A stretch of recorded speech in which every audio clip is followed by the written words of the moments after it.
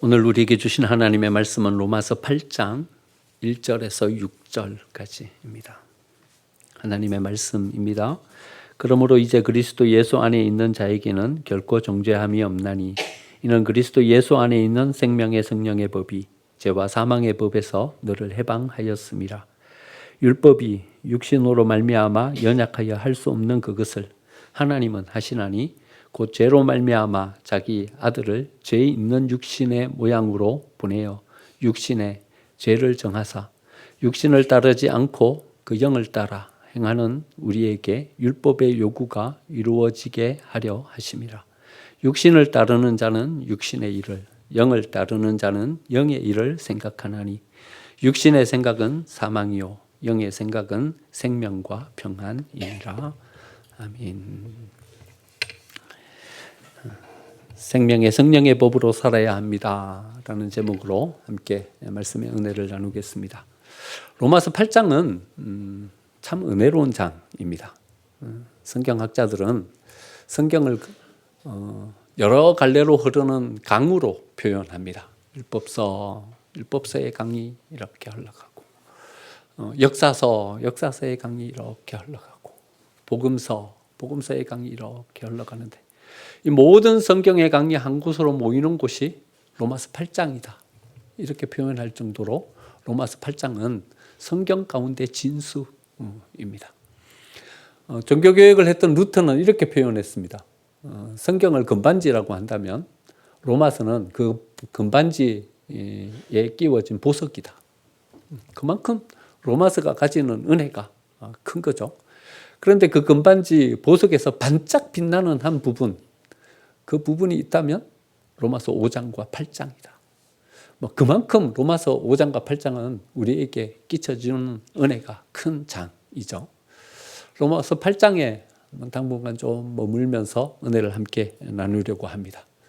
우리의 인생의 길을 우리 로마서 8장에서 찾고 또 우리가 잃어버리고 상실했던 것들을 로마서 8장에게 한번 맡겨서 다시 회복하는 기회가 되었으면 좋겠습니다.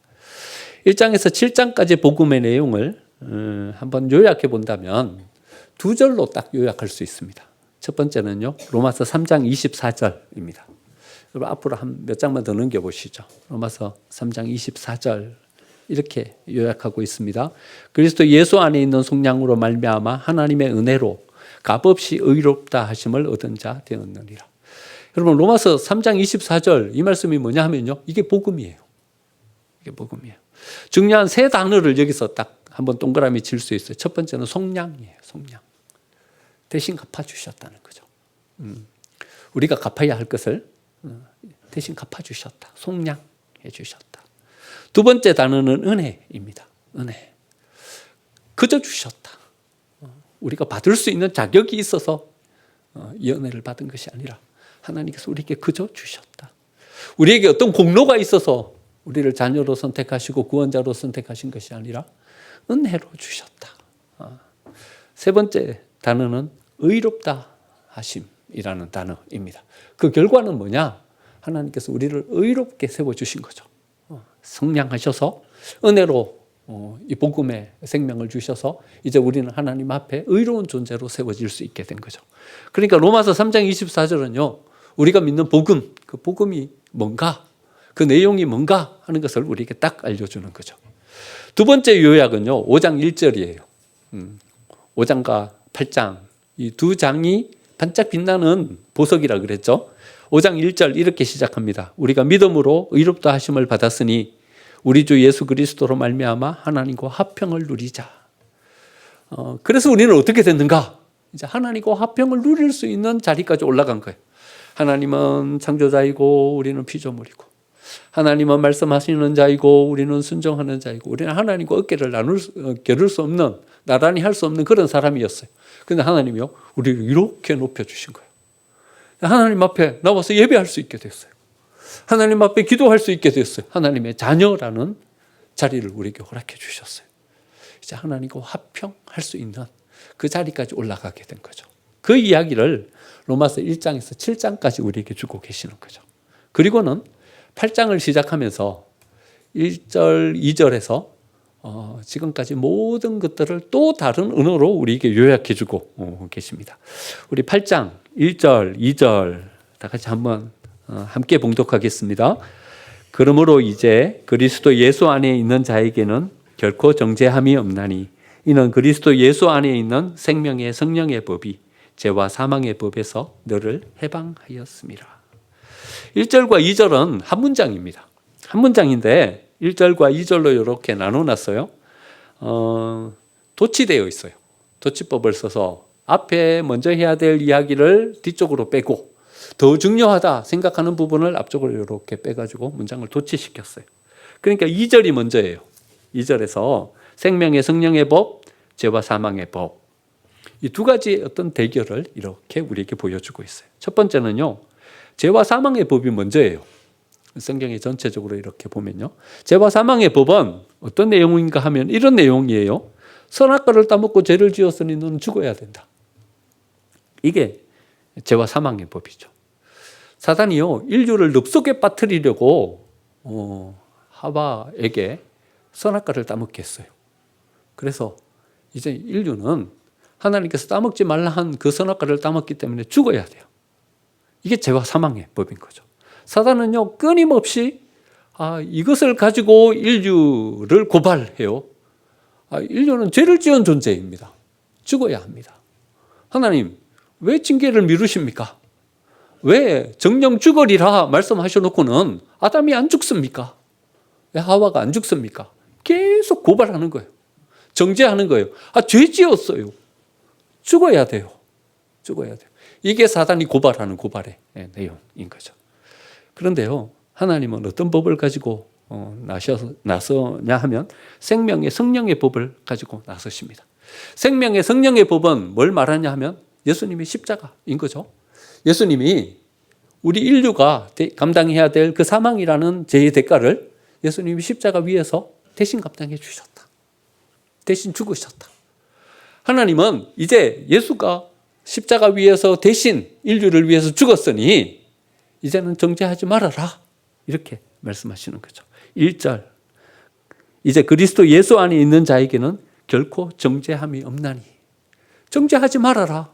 왜냐하면 생명의 성령의 법이 우리 모든 인류를 구원했기 때문에 이제는 정죄하지 말아라. 우리에게 말씀하시는 거죠. 여러분, 정죄해서는 안 됩니다.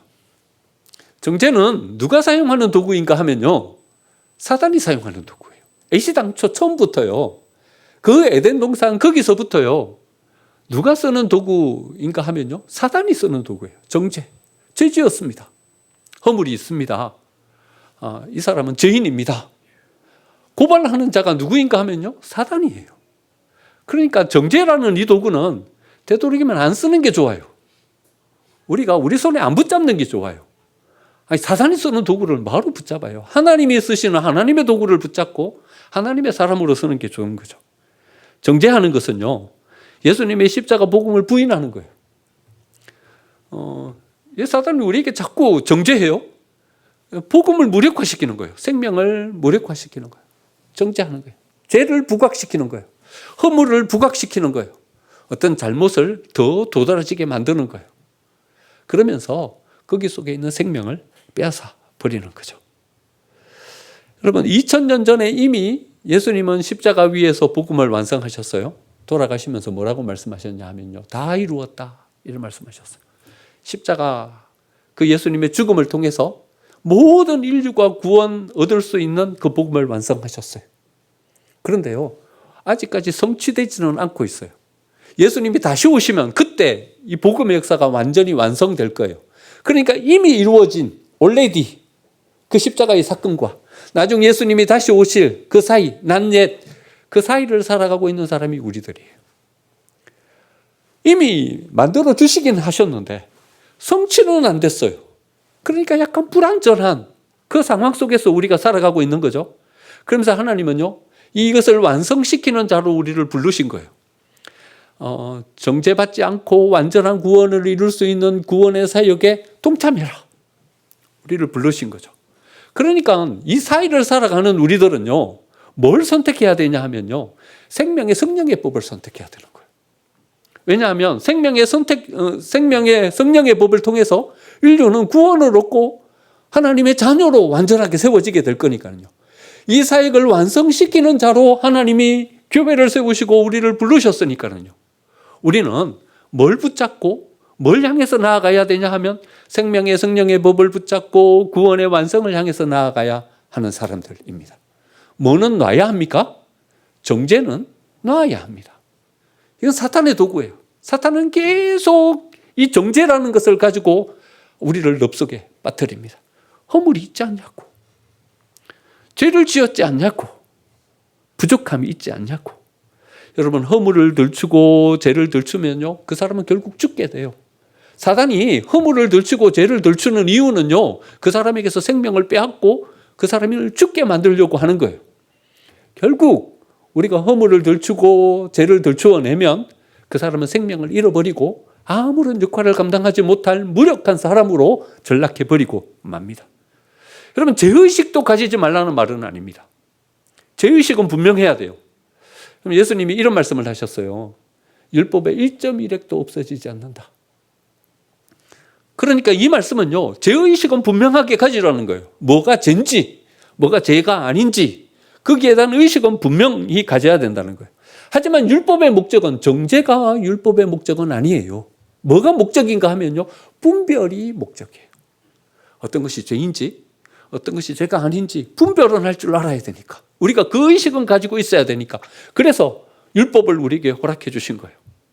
하지만 우리의 관심은 어디에 있어야 되냐 하면요, 그 죄가 가지는 사망과 그 죄가 가지는 생명 없음과 그 죄가 가지는 늪속에 우리를 빠뜨리는 여기에 우리의 관심이 있어야 되는 것이 아니라 생명의 성령의 법, 그것이 우리에게 허락해 주시는 하나님의 은혜, 거기에 우리의 관심이 이렇게 쏘여져 있어야 되는 거죠.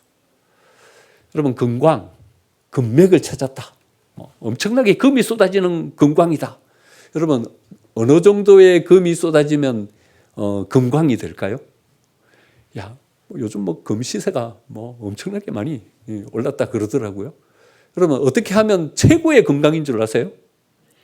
그 중에서 막 이렇게 파낸 그 흙 중에서 1%만 금이 나와도요, 거기는요, 최고의 금광이 된대요. 그러니까 99%는 흙이에요. 99%는 자갈이에요. 돌이에요. 근데 그것을 녹이고 그것을 구분해내고 해갖고 1%만 얻어도 그건 최고의 금광이래요. 1% 얻는 금광도 없대요. 0.1%만 찾아도 사람은 거기서 금을 캐내려고 한대요. 그래서 여러분, 우리가 어디에 관심 가져야 돼요? 99%의 허물, 99%의 잘못됨, 좀 어긋난 그것이 거기 있을지라도요, 우리는 어디에 관심을 가져야 되냐 하면요, 금보다 귀한 생명, 거기에 관심을 가지고 그 생명을 살려내고 그 생명을 세우는데 우리의 에너지를 쏟아야 한다는 거죠. 모든 사람에게는요, 보석과 같은 그런 그 사람만이 가지고 있는 고귀함이 다 있어요. 이거 없는 사람은 아무도 없어요. 이렇게 찾아보면요, 그분만이 가지고 있는 고귀함이 있어요. 그런데 뭐도 있냐 하면요, 허물도 같이 있어요. 허물이 없는 사람이 어디 있어요? 여러 가지 허점이 있어요. 여러 가지 실수도 해요. 이게 같이 와요. 그런데 어떨 때 보면요, 이게 훨씬 더 많아요. 실수하고 허물을 가지고 여러 가지 잘못한 부분들이 훨씬 더 많아요. 근데 하나님은요, 우리가 뭘 보기를 원하시냐 하면요, 99%의 흙, 자갈, 이걸 보는 것이 아니라 그 속에 있는 1%의 점검, 그걸 바라보기를 원하시는 거죠. 언젠가 한 권사님이 가지는 사진 전시회를 간 적이 있어요. 사진을 찍으시는 분이세요. 전시회를 열고 초대장을 줘서 갔는데 흑백 사진이에요. 광야, 무덤 이런 것을 소재로 해갖고 찍으시는 분이더라고요. 그런데 한 사진 앞에 제 걸음이 이렇게 멈추었었어요. 광야인데 거기 가운데 이렇게 피어있는 한 송이 꽃을 찍으셨더라고요. 거기 조금 물기가 있었는지 이렇게 직접 가서 이렇게 찍은 사진인 거예요. 제가 여러분들한테 한번 보여드리려고 제가 가지고 찍어온 사진을 막 찾았는데 결국 못 찾았어요. 한번 상상을 해보시죠. 이렇게 그 사진 앞에 엄청나게 큰 사진이에요. 대작이에요. 이렇게 서 있는데 그 사람이 이렇게 오셨어요. 오셔가지고는 저한테 이런 질문을 하시더라고요. 목사님, 뭐가 보이세요? 저한테 질문을 하시더라고요. 목사님 뭐가 보이세요? 여러분들은 뭐가 보이십니까? 엄청나게 큰 광야가 이렇게 펼쳐진 사막, 말라 비틀어진 나무들. 근데 그 속에 이렇게 피어난 한 송이 꽃. 여러분들은 뭐가 눈에 들어오십니까?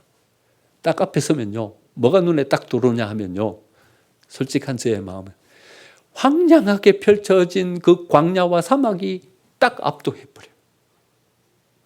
하고 제가 머뭇머뭇하고 있으니까 그 권사님이 저한테 답을 주시더라고요. 이렇게 답을 주셨어요. 목사님, 사막이 보이고 광야가 보이시면 안 됩니다. 이렇게 답을 주시더라고요. 저는요, 이 꽃을 보고 찍었어요. 우리는 대부분 어디에 마음을 뺏겨버리냐 하면요, 그 광야가 주는, 그 사막이 주는 그 무게에 압도돼 버려요. 그래서 뭘 놓치냐 하면요, 거기에서 피운 고귀한 생명, 꽃, 그걸 놓치게 되는 거죠. 그리고는 그 사막, 그 광야의 늪 속에 빠져들게 되는 거죠. 하지만 정죄는요, 사단의 도구예요. 사단은 우리의 마음을 자꾸 그쪽으로 이끌어요. 하지만 생명의 성령의 법, 하나님은요, 우리가 어디에 머물기를 원하시냐 하면요, 그 속에 있는 고귀한 생명, 거기에 머물기를 원해요. 이 모든 것들을 다 버리고, 이 모든 것들을 다 감당하더라도 우리는 붙잡고 지켜야 할 것이 있다. 그것은 바로 여기에서 피어낸 그 생명, 그 꽃, 그것을 우리는 지켜야 한다. 그것을 우리에게 보여주고 계시는 거죠. 정죄는 거기 속에 있는 모든 사막과 광야와 생명을 잃어버린 거기로 자꾸 우리의 발걸음을 옮기는 것입니다. 하지만 생명의 성령의 법은 여기에 울타리를 치고, 이 광야가 주는 사망이, 광야가 주는 이 세력이 이 생명을 해하지 못하도록 그것을 지켜가는, 그것이 바로 생명의 성령의 법인 거죠. 왜 정죄하게 될까요? 그럼요. 정죄하게 되는 이유를 한번 묵상해 봤어요. 우리가 여기에 안에 머물러야 되는데 자꾸 이쪽으로 가는 거예요. 99%의 흙, 자갈, 여기에 자꾸 우리의 마음을 빼앗기는 거예요. 왜 자꾸 여기에 마음을 빼앗기는가? 첫 번째는요, 우리가 과거적이기 때문에 그래요. 모든 정죄는요, 과거에 초점이 맞추어져 있어요. 당신의 미래를 정죄합니다. 이 말은요, 성립되지 않아요, 논리가. 아직 결과가 나오지도 않았는데 어떻게 정죄합니까? 아직 결과가 나오지도 않았는데 어떻게 판단합니까? 그러니까 정죄라는 것은요, 어디에 초점이 맞추어져 있냐 하면요, 과거에 초점이 맞춰져 있어요. 결과를 보고서 그 과거를 왜 그래 했냐, 이렇게 말하는 거죠. 어떤 실패를 보고서 왜 그 길을 갔냐, 그렇게 말하는 거죠. 그런데요, 정죄라는 것은 결과가 이미 이렇게 나왔기 때문에 그래 말할 수 있는 거예요. 성공했다면 그래 정죄 안 할 거 아니에요. 잘 갔다면 그렇게 말 안 할 거 아니에요. 근데 우리는 주위의 이웃을 보거나 스스로를 보거나 이래 말하는 거예요. 그때 내가 왜 그런 길을 선택했을까? 그때 왜 내가 무심코 지나쳤을까? 거기에 조금만 더 머물면서 마음을 쏟고 거기에 좀 신중하게 생각했더라면 내가 이 길 가운데 서지는 않았을 텐데, 스스로 그래 생각하는 거죠. 여러분, 우리는 수없이 많은 이런 후회 가운데 서지 않습니까? 왜 후회합니까? 결과가 있으니까 후회하는 거예요. 이미 그것이 우리에게 주어졌으니까 후회하는 거예요. 그때 그 길로만 안 갔으면 내가 이런 결과로는 서지 않았을 텐데 후회하는 거예요. 그러니까 모든 정죄는요, 어디에 초점 맞추어져 있냐 하면요, 결과가 주어지고 그것을 되돌아보는 그 과거에 초점 맞추어져 있는 거예요. 그러니까 정죄하는 것을 통해서는요, 미래로 나아갈 수 없어요. 정죄하는 것을 통해서는요, 우리가 어떤 희망을 가질 수 없어요. 자꾸 과거로 우리가 발목 붙잡히고 거기로 붙잡히게 되는 거죠. 그래서 하나님은요, 우리로 하여금 정죄하거나 비판하지 않게 하시는 거예요. 분명히 허물은 있을 수 있어요. 서로를 바라보면서 왜 저러시냐? 누구든지 말할 수 있어요. 서로의 허점을 바라보면서 왜 저런 허점을 가지고 서냐? 말할 수 있어요. 하지만 그런 정죄를 통해서 우리는 복된 공동체를 만들어가고 거기에 생명을 주고 그가 가지는 고귀함을 지켜가기는 어려워요. 그래서 하나님은 정죄하기보다는 생명의 성령의 법을 가지고 우리의 삶을 세워가기를 원하시는 거죠. 두 번째, 우리가 정죄하는 것은요, 정죄하면 정의가 세워진다, 이렇게 생각하기 때문에 그래요. 바른 길을 세운다는 명분이 있는 거죠. 이래 해야 된다는 어떤 명분을 가지는 거죠. 더 행복한 사회를 만들고 더 질서 있는 사회를 만들어 가기 위해서는요, 정죄가 있어야 돼요. 그래서요, 법원에서 정죄하는 거예요. 심판하고 거기에 대한 어떤 죄가를 매기는 거죠. 그런데 정의나 질서는요, 정죄만을 통해서 세워지는 것은 아닙니다, 여러분. 정죄하는 것 말고도요, 정의를 세우고 질서를 세울 수 있는 방법은 많습니다. 세상은 아무도 죄 지은 사람을 위해서 자기를 희생하고 자기를 내놓으려고 하는 사람이 없기 때문에 정죄하면서 질서를 세워가는 것이지만요, 하나님은 질서를 세워가고 정의를 세워가는 다른 방법을 우리에게 보여주세요. 그게 뭐냐 하면 십자가인 거죠. 십자가를 통해서 정의를 세우시는 거죠. 인류를 구원할 정당한 길을 찾으시는 거죠. 그런데 뭘 통해서 정의를 세우시냐 하면요, 자기 희생을 통해서요. 허물을 덮어주시는 것을 통해서요, 정의를 세우고 질서를 세워 가시는 거죠. 누가복음 15장의 탕자의 이야기가 나와요. 이 두 가지의 다른 어떤 선택을 하는 사람들을 만나게 됩니다. 첫 번째는 큰아들의 판단이에요. 큰아들은 작은아들을 보고서 어떻게 판단하냐면 이렇게 판단해요. 타락된 삶을 살았다. 아버지의 모든 재산을 다 탕진했다. 하나님의 법을 어겼다. 아버지 돌아가시기도 전에 재산 분배받아가지고 갔다. 그리고는 잘 살았으면 다행인데 모든 것을 다 탕진했다. 큰아들의 어떤 판단과 정죄가 있는 거죠. 여러분, 이게 잘못됐습니까? 큰아들, 이렇게 판단할 수 있는 거죠. 이렇게 이야기할 수 있는 거죠. 하지만 우리는 또 다른 선택이 있다는 것을 우리는 바라볼 수 있어야 됩니다. 그것을 아버지의 판단입니다. 아버지는 아들을 이렇게 바라봅니다. 잃어버렸다가 다시 찾은 아들이다. 재산을 다 탕진했지만 아들이 돌아왔다. 아버지는 뭘 바라보냐 하면요, 그 아들을 보는 거예요. 그 아들의 생명의 소중함과 고귀함을 바라보는 거죠. 여러분, 꼭 성공해서 돌아와야 합니까? 돌아왔으니까 된 거죠. 꼭 성과를 거두고 돌아와야 합니까? 가서 성과를 못 거두고 돌아올 수도 있는 거죠. 하지만 그 아들이 귀중한 거예요. 그 생명이 소중한 거예요. 그러니까 그 생명을 가슴속에 품는 아버지의 마음이 있는 거죠. 여러분, 하나님께서 우리에게 요청하고 계시는 것은 질서를 세우고 정의를 세우는 또 다른 방법이 있다는 것을 우리에게 알려주고 계시는 것입니다. 여러분, 아들의 입장에서, 작은 아들의 입장에서 여러분, 돌아오지 못하는 이유를 우리는 그 작은 아들의 고백 속에서 발견하게 돼요. 여러분, 작은 아들이 집으로 못 돌아와요. 왜 못 돌아옵니까? 아버지가 나를 정죄하면 어떡하나. 이 두려움 때문에 돌아오지를 못하는 것입니다. 내가 그 공동체로 다시 돌아가면 나를 이렇게 평가하고 이렇게 판단할 텐데 두려워서 못 오는 것입니다. 여러분, 정죄하는 공동체가 어떤 무언가를 품기는 어렵습니다. 어떤 잘못을 저지르고 어떤 실수를 하고 어떤 허점을 드러내고 그 다음 교회 나오기가 어렵습니다.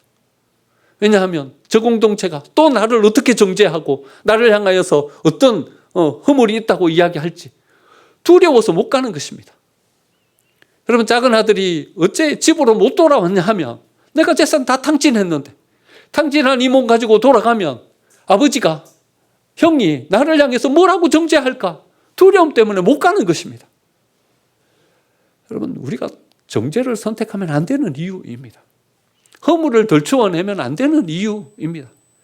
허물이 있을 수 있는 거죠. 실수할 수 있는 거죠. 잘못 갈 수도 있는 거죠. 여러분, 잘못 가본 적이 없는 사람이 세상에 어디 있습니까? 생각지도 못했는데 그 말이 불쑥 나올 수도 있는 거죠. 우리는 다 그런 허물을 가질 수 있는 가능성이 있다는 것을 인정하고 서면 여러분, 얼마든지 아버지의 마음으로 품고 안을 수 있게 되는 것입니다. 사람들이 하나님께 돌아오지 못하는 이유가 죄와 사망의 법, 그것을 우리가 붙잡고 있기 때문이라는 것을 꼭 기억해야 됩니다. 생명의 성령의 법으로 서면 우리는 이 모든 것을 안고 부용할 수 있게 됩니다. 좀 더 적극적으로, 그러면 우리는 어떻게 생명의 성령의 법을 세워가는 아버지의 마음을 가질 수 있습니까? 여러분, 생명의 성령의 법이라고 하는 데에서 우리는 힌트를 얻을 수 있습니다. 그냥 생명의 법이라고 하지 않고요. 뭐라고 말합니까? 생명의 성령의 법이라고 이래 말합니다. 그러니까요, 이 생명의 성령의 법은요, 거기 조금 있는 1%밖에 안 되는 그 금보다 귀한 생명, 그것을 우리가 붙잡을 수 있는 것은요, 우리 마음으로는 안 돼요. 우리 마음으로는 안 돼요. 우리는요, 어디에 더 마음을 빼앗기냐 하면 전부 자갈인데, 이게 귀하다고? 전부 흙인데, 99%가 흙인데 이걸 귀하다고? 사막인데 곧 시들어 버릴 건데 우리가 사막을 어떻게 대처해야 될 건가? 그걸 찾아야지. 여러분, 이런 마음 속에 빠지기가 쉽다는 것입니다. 성령이 우리에게 오셔야 돼요. 성령의 충만함을 체험해야 돼요. 그때 비로소 우리는 우리의 마음을 99%의 자갈과 흙이 아니라 그 속에 있는 생명의 소중함을 우리가 바라보며 나아갈 수 있게 되는 것입니다. 성령 하나님은요, 우리를 향하여서 어떤 마음으로 나아오시냐 하면요, 인내하고 기다리는 마음을 가지고 나아오십니다. 여러분, 성경에 등장하는 여러 인물들이 하나님 앞에 이런 질문을 합니다. 하나님, 왜 악인이 이 세상 가운데 득세합니까? 악인이 더 잘 살아갑니까? 여러분, 우리의 질문도 그런 질문이 있는 거죠. 그런데 하나님은 이렇게 대답하십니다. 징계하지 않는 것이 아니라 내가 참고 기다리고 있는 것이다. 여러분, 우리를 향하여도 하나님은 그런 마음을 가지고 나오셨습니다. 우리를 참고 기다리셨어요. 여러분, 우리가 하나님 앞에 자격이 있어서 섭니까? 구원받고 하나님의 나라를 유업으로 얻을 수 있는 자격이 있어서 여기 섰습니까? 그게 아니라 하나님이 참고 견디면서 우리를 그 자리에 세워주셨기 때문에 우리가 여기 선 것 아닙니까? 여러분, 하나님이 참고 견디신 그 성령의 마음을 우리의 마음 가운데도 가져야 합니다. 좀 참아주는 것입니다. 좀 견디면서 서는 것입니다. 언젠가 한번 토마토 묘종을 한번 화분에 심은 적이 있어요. 심었는데 옮겨 심었더니 일주일도 안 돼갖고 이파리가 다 말라 죽어버렸더라고요. 아이고, 죽었구나 싶어서 뽑아내려고 했는데 뽑아낼 수 있는 어떤 기회를 놓쳤어요. 그런데 한참 시간이 지났는데 보니까 거기서 새싹이 다시 돋아나더라고요. 물을 주면서 좀 더 관리했더니 다시 살아났어요. 살아나가지고 잎도 무성해지고 거기서 꽃까지 피워가지고 7월 8월 되니까 빨간 방울토마토가 맺혔어요. 뽑아냈으면요, 못 참고 뽑아냈으면 그냥 죽어버렸을 거예요. 그런데 참고 견디고 기다렸더니 거기서 다시 열매 맺히고 다시 생명을 얻고 다시 살아나더라고요. 여러분, 우리의 삶은 넘어집니다. 안 넘어졌던 적이 어디 있습니까? 우리는 다 넘어졌었어요. 하지만 일어났잖아요. 다시 일어났잖아요. 누군가 옆에 엎어져 갖고 넘어져 있어요. 옆에서 좀 기다려주면 됩니다. 계속 엎어져 있지 않을 거예요. 좀 기다려주면 다시 일어날 거예요. 다시 힘을 얻을 거예요. 좀 기다려주면 되는 것입니다. 성령 하나님께서 우리가 뭐 하나 잘못하면 금방 와가지고 우리를 징계하십니까? 수없이 많은 잘못을 저질러도 하나님 기다려주시고 참아주시잖아요. 우리도 기다려주고 참아주면 내 마음 상하고 아픈 것들이 있어도 이거 앞에 우선해서 내세우지 마시고 일어서도록 회복하도록 참고 인내하면서 기다려주면 털고 다시 일어설 겁니다.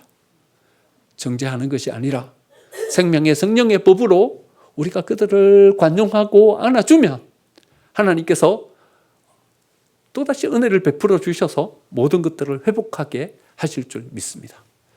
여러분, 누가 여러분들의 마음을 아프게 합니까? 여러분들의 자녀이십니까? 여러분, 옆에서 찜득히 인내하면서 기다려 주십시오. 그러면 털고 일어날 것입니다. 여러분, 우리의 동료들입니까?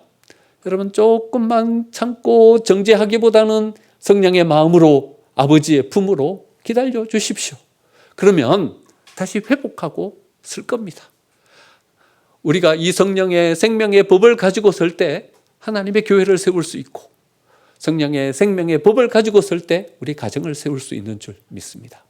우리도 한때 넘어졌던 자입니다. 하지만 하나님께서 우리를 관용하심으로 세워주셨습니다. 그 아버지의 마음을 가지고 하나님께서 주신 은혜의 공동체, 다시 일으켜 세워가고 우리가 겪고 있는 수많은 갈등 극복하고 설 수 있는 저와 여러분이 되고 또 우리 생명샘이 되기를 간절히 축원드립니다. 아멘.